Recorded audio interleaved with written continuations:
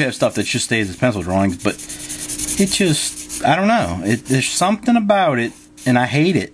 You know, this inking to me is like, I don't know. It goes in a different direction. Like it's not the same process in my mind as when I draw something, I guess. And I just like, sometimes I really like something I drew, and then when I ink it, it looks nothing like what I did, and I don't even know if this one's gonna look like, you know, what it was drawn as.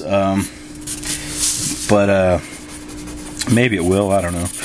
I hope I'm not boring you people, whoever's watching this out in YouTube and Facebook and whatever other place it goes. But basically, once I'm done, you have to. I don't have a big scanner because they're like $2,000. If anybody wants to buy me one of those, I would be glad to take it. As well as anything else you would like to buy me. I really would like an iPad if we're going there. But anyway, what I do is I scan it in 2 pieces, and then I have to put it back together. And you know, I'm pretty good at that because I do it every day, just about in my job, as far as working with Photoshop and stuff. And my least favorite term in the world is when someone says, "Just Photoshop it." There's no such thing as photoshopping it. There's no button that you press and makes it all happen. Photoshop is a detailed program, and you know, anybody can use it, but you can tell when they don't know what they're doing. And so I don't like to get into painting or anything like that with it because it takes a long time. And like I said before, I don't have the time. So basically what I do is I have, you can see on here there's a lot of shapes going on, where I do a lot of bright, flashy kind of colors, good for kids. And you know, if people are going blind, my stuff might blind them even more.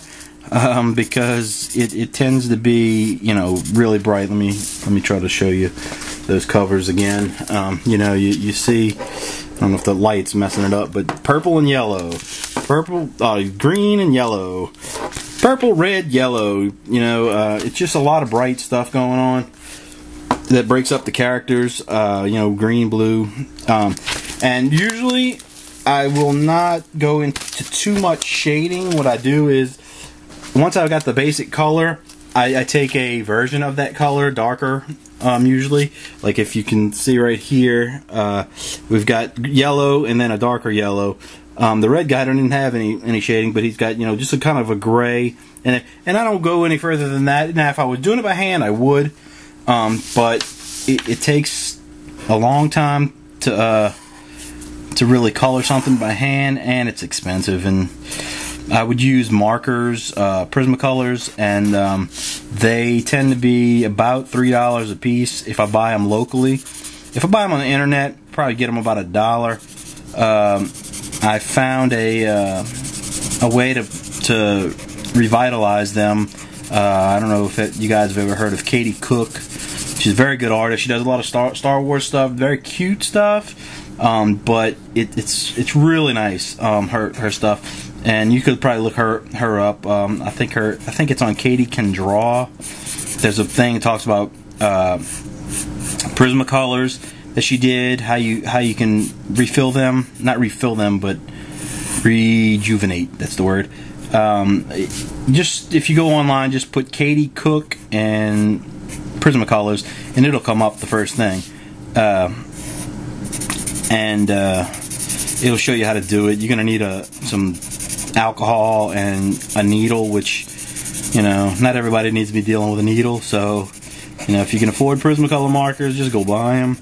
But if you're on a budget and you need to refill them or get them to work again, you know, look at her advice, because it worked. I tried it the other day for the first time, and it came out. I mean, the markers worked.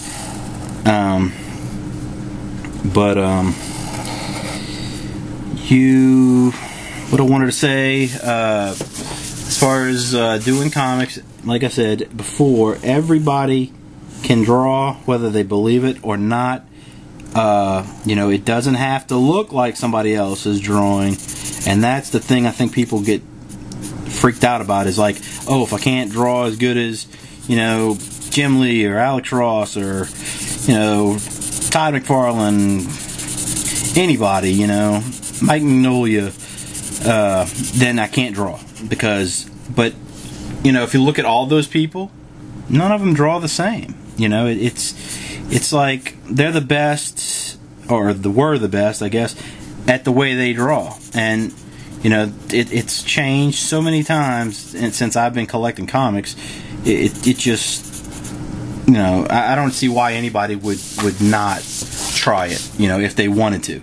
And there's a lot of people out there that will, you know, publish your book for you for nothing. I mean, you go online and do it. Like, there's a company called Kablam, and they have a, you know, they basically, you upload your files and it's a comic, and you just order it, and they make it available on their Indie Planet website, and anybody can buy it. You know, they don't. It may sit there forever. Mine usually does, but I know some people that make some money and doing it.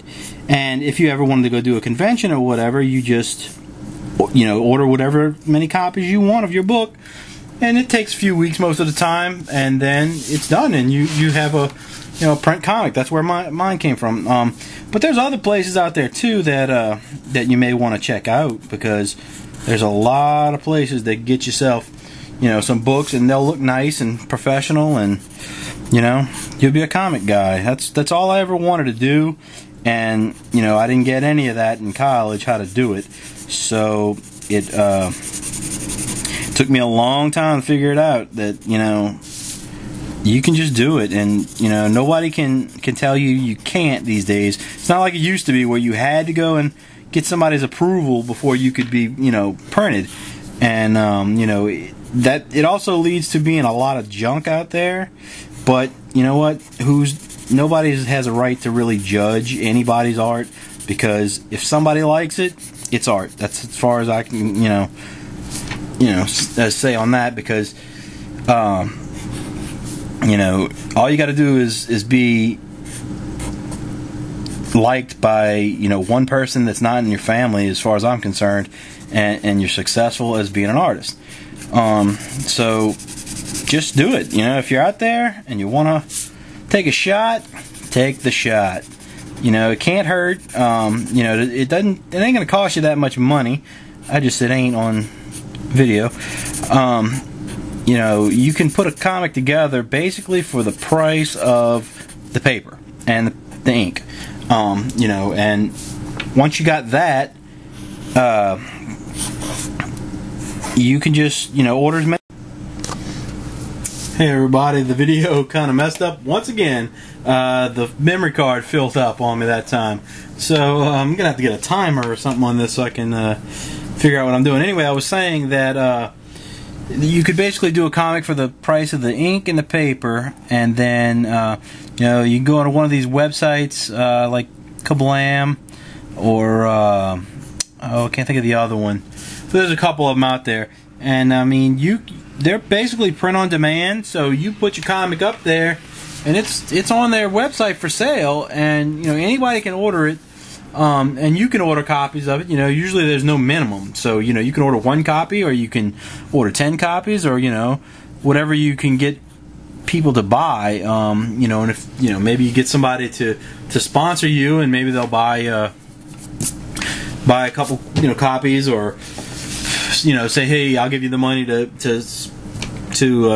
buy 100 copies, and then, you know, maybe work a deal out with them. You know, if you sell the 100, you pay them back, or whatever. You know, some local comic shops will definitely, you know, do that. You got a better chance if you live in a bigger city, like New York, Chicago, Los Angeles, somewhere like that, where, you know, there's a bigger alternative comics audience, and, you know, you may be able to get yourself, you know, in there better.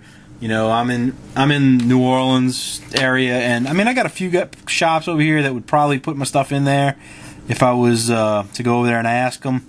But I don't know. I'm I haven't been able to talk myself into go talking to these guys. Maybe they'll see the video and talk to me for me. You know, they'll just say, hey, put your shit in here, and you know, we'll do that. And I just cursed. But anyway, that's about it right there. That you know, that's going to be the cover. It's going to be in color, of course.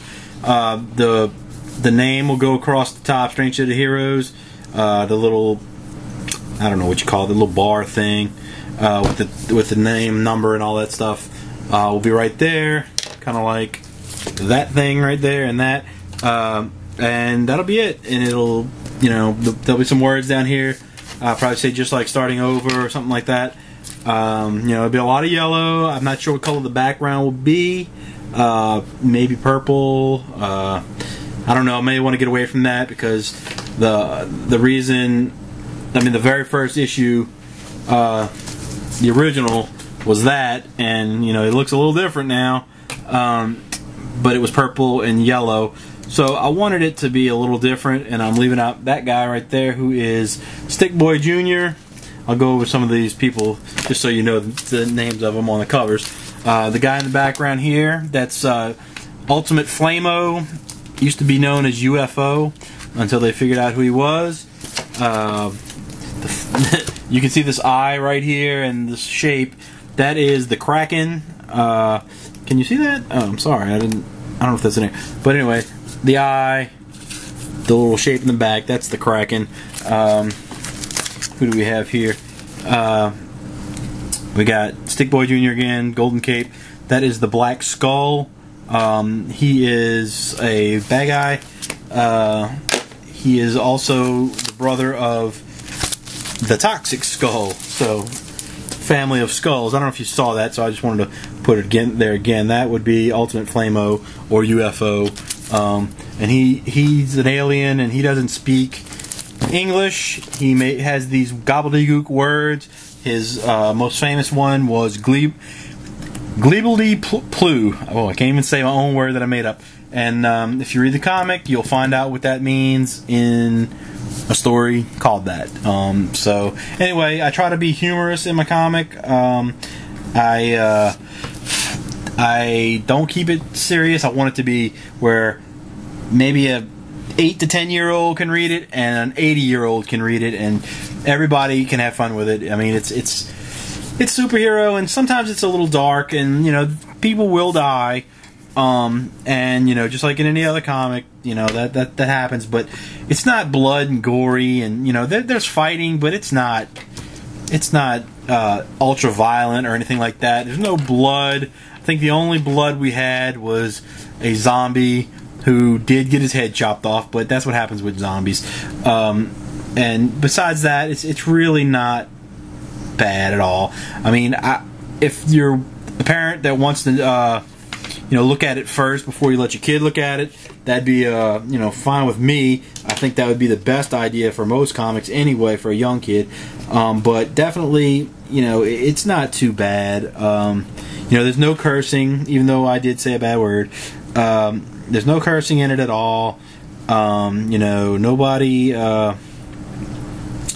everybody's equal as far as I'm concerned, and you know, we've got all kind of crazy characters, superheroes, supervillains, a little bit of everything, and that's about it. So I hope you enjoyed this video. I know it was kind of long. Probably gonna have to edit it down a little bit or something. I don't know what I'm gonna do. Maybe I have to break it in two. But anyway, that's it. Kevin Johnson, Strange City Heroes. That's me right there if you want to see me. Check it out.